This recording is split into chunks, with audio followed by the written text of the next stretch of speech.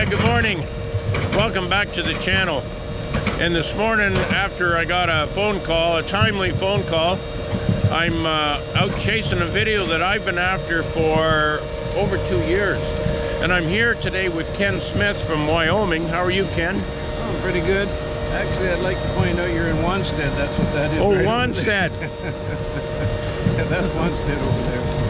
Yeah. Back of the farm. Wanstead, Ontario. Yeah. What's going on here, Ken? Well, I just got the call. They're coming to load my beets, which I dug about a week ago, and they're sitting here on a pile, and they're going at it. And so, yeah, this is the way the beets all get loaded in Lambton now and sent to Roswell. And this is a deal that growers in Lambton put together back in '01, I think, or '02. We were trying to come up with a better way of handling these things rather than hauling them to Kent County and bringing the tear dirt back. That didn't make sense, did it? That didn't make a lot of sense when the factory's closer to us here. So after a trip to Europe and by a couple of guys, John and Eugene, they recommended one of these machines, and we bought one, and they brought it over here. And in '02 we started mousing beets, and now that's spreading across the whole beet growing area, it seems like, and working good. And it really does work good. We just dump them on the side of the field in the pile, and they load them, clean them, and load them with that machine, and they leave the tear dirt right here in the field where it came from. Where it belongs. Exactly, yeah. So these beets will go directly to Croswell. Yeah, these guys will be sugar by tomorrow night, probably. Is that right? That's about how fast they go right down the hole, so to speak, in Croswell. They don't store them any length of time over there, so there's a lot of trucks involved, as you can witness.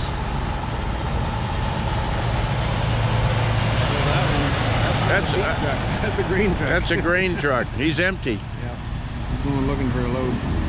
But yeah, Grace Transport has the contract to load and deliver all these beets. So they'll sometimes line up 10 or 20 trucks, or 15 or whatever, and it's a big deal. There's I don't know how many they're taking right now, but they can take upwards of 3,000 ton a day, which is a lot of truckloads. Divided by 40, you get a lot of loads. That's a lot of loads. Yeah.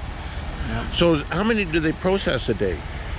Well, the factory is hoping to hit 6,000 ton a day. That's their goal. They've hit it a couple of times, I think, and they're running around between 5,000 and 6,000 ton a day.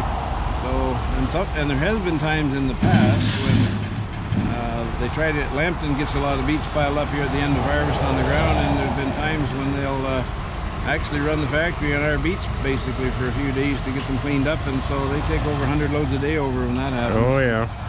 So that's a lot of beets over the bridge. So who actually owns this machine? Does it belong to the growers?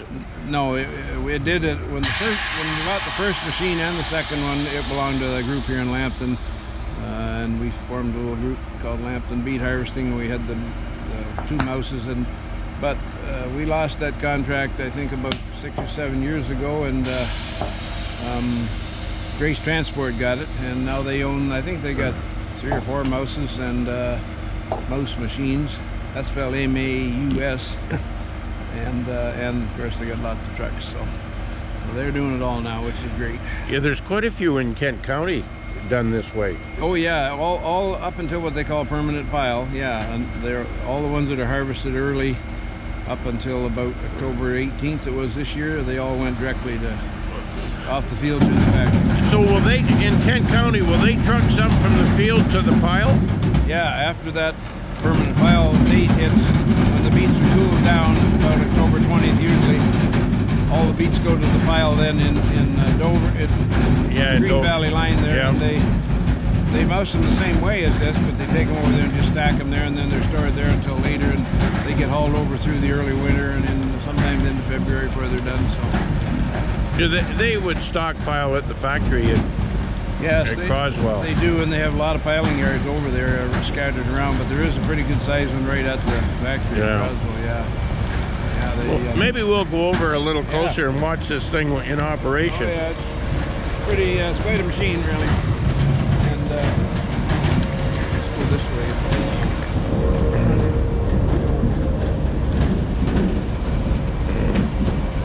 These beets are actually quite clean. Yeah, they are coming pretty good this year. Yeah, pretty clean. So there's a whole bunch of rollers into that head. He's just eating that pile up. If there's a camera down underneath the snout of that thing, he can watch it up there. So he's going below the ground surface an inch or two and eating everything up. Those rollers clean and they run up. There's another cleaning bed at the back there that knocks some more dirt out, and then they're conveyed up to that conveyor on the truck. When he gets to the end of the pile, he uses that thing to clean up the few that are in front of the mouth of the head. Oh, when he gets to the end, He can clean up what's in front of the pile with that thing. And that thing folds up to the cab comes down, she all folds up to 3 meters wide. yeah, it's very small. It's unbelievable. Yeah. It's quite long and it's really heavy. And this machine comes from Germany? Germany, yeah.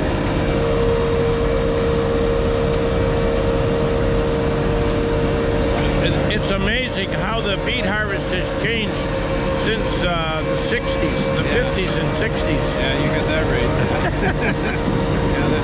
When we first started growing these again, I'd have older guys say, man, my back still hurts when I look at things.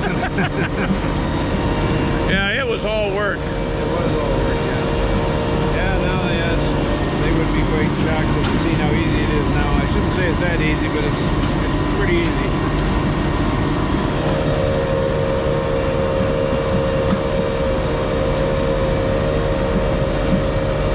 I can't get over how fast they make these beets disappear. Yeah, oh yeah.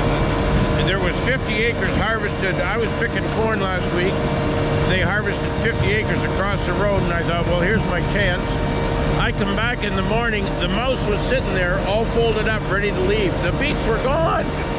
Yeah, it is amazing. Yeah, I think you can put on 40 ton on a truck in about 6 or 7 minutes if you got the thing working right. Yeah, But they line up the trucks. Yeah, it was a little drier than it is here today. we had I dumped 7 tenths of rain out of the rain gauge yesterday, so we had a good rain. And they've been sitting here a few days. But he just started a few minutes ago when I called you. Look at what he's done already. Yeah. So in this pile, how many acres would be here? Well, that pile right there is probably about 15 or 20 acres. Yeah. So how many tons to the acre would you get of beets? Well, this year they're surprising us. There's a lot of 40s. A lot of them are starting with the 4 number, which is pretty... 4 is good. That's really good, yeah. I think these are close to that. I won't know to get all over the scales at first. That one this year. So do you know the percentage of sugar that would be in the beets, approximately? I done a bit of this field back September 6th or 7th at the very start, and that was about 17% sugar. So I'm assuming these will be higher. I don't know how much. I hope they're over 18. 18 this year seems to be a kind of a stop. We had a wetter, cooler year, and they're not a little lower in sugar. A lot more tons, but lower in sugar. So 1,000 kilos of beets would get 180 pounds of sugar. Yeah, and the way I like to... Or 180 kilos of sugar. Yeah, if we have good sugar, I tell people every time you see a load of beets going by, every 4th or 5th one of those is pure sugar. Yeah. If we get near 20. Yeah.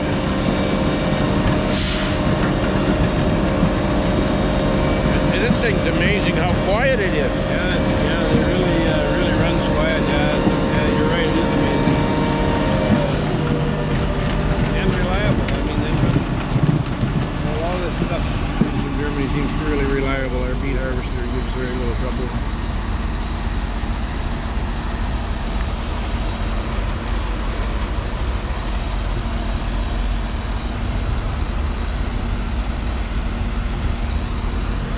Pull the head down.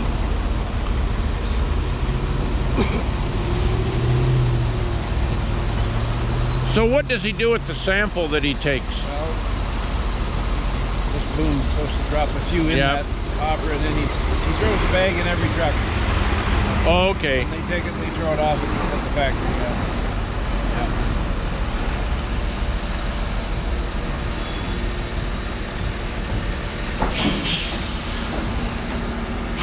And everybody gets woke up middle of the night with the sound you're about to hear now. Yeah. If it's near the house.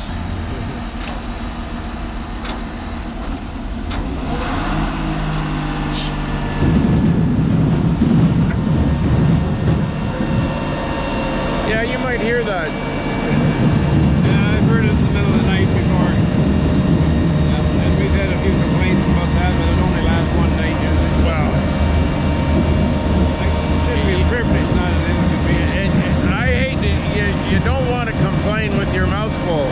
That's what I always say. That's a good way to put it, you're right. Yeah. The same with all these trucks lined up. Hey, they're only here for maybe one night. No big deal. And usually you're in bed anyway. Usually, yeah. No, that's right. Somebody's got a good reason to complain in this part of the world about food, that's for sure. This is like a 24-hour job doing this. Well, they run pretty much 24 hours, yeah, they do. And I think that works better in Michigan. Trucks coming in the night maybe doesn't compete with the local guys so much over there. So.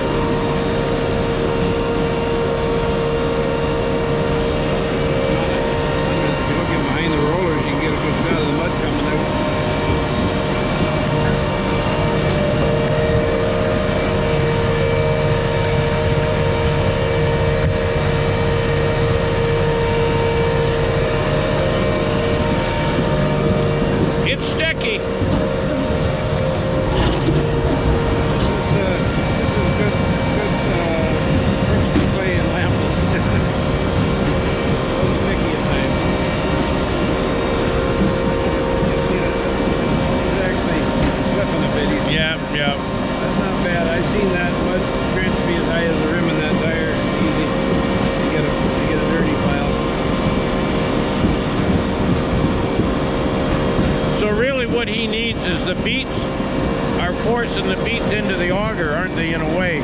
Yeah, he's the very front roller on that thing is it's got fingers on it. It's different, and it's really digging in the ground a little bit as he goes along, and you know, and it takes a pretty good push to shove into that pile and heat them up like that. And there's the snout in the middle wiggles back and forth.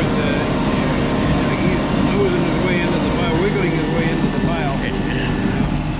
He's got that lead loaded already. Oh, yeah.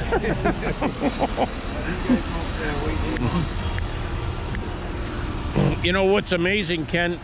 There's hardly a beet on the ground. Yeah. Oh, yeah. If the guy building the pile builds it right, there's no beets left. Yeah. That's right. It's that's why I say the guy building the pile could run the mouse once, which I did.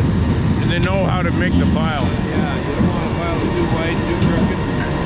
So will this mouse, oh, he can adjust the front a little bit. Oh yeah, there's feet. See, there's a foot sliding on there. He can pull it up. He can raise it hydraulically. And yeah, he is. That's his job, is to make sure.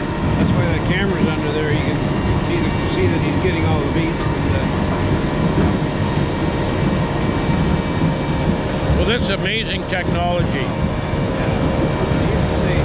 Electrification will take improvement on agriculture years, like, you know, 100 years ago or whatever. I think hydraulics is right there too.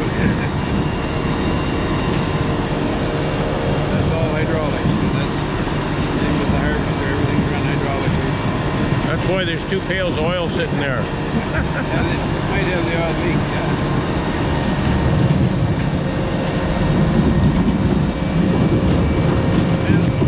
Scales on that thing.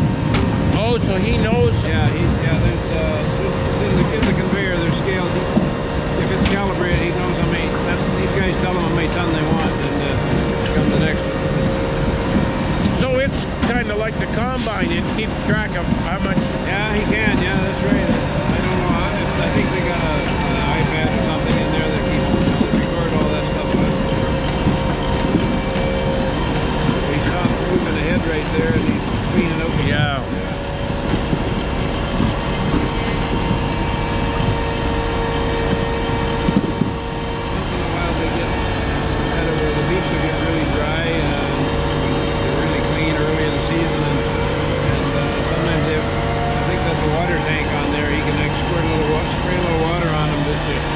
Lubricate them a bit.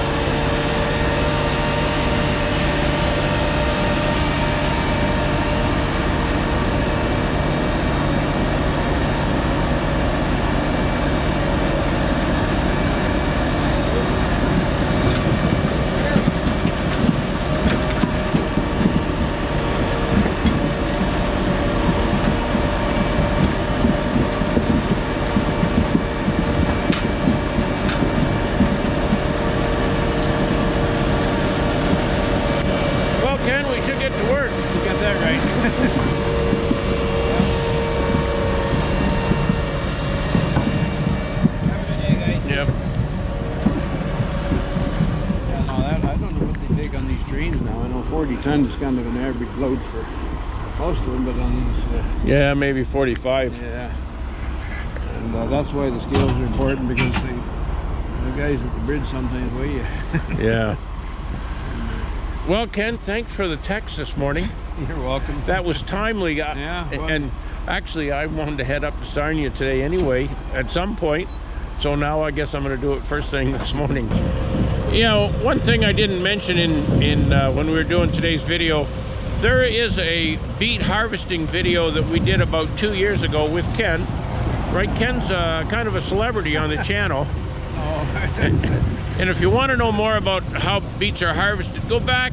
I think that was 2 years ago. Either 2 or 3, I forget. Yeah, go back and find that video. And Ken actually has a harvester that tops the beets, carries the beets, pulls the beets, builds in piles, and builds the piles all in one, instead of doing it with a beet axe. Anyway, if you like this video, give us a like. If you haven't subscribed, it'd be a good time. And I'll catch you on the next one.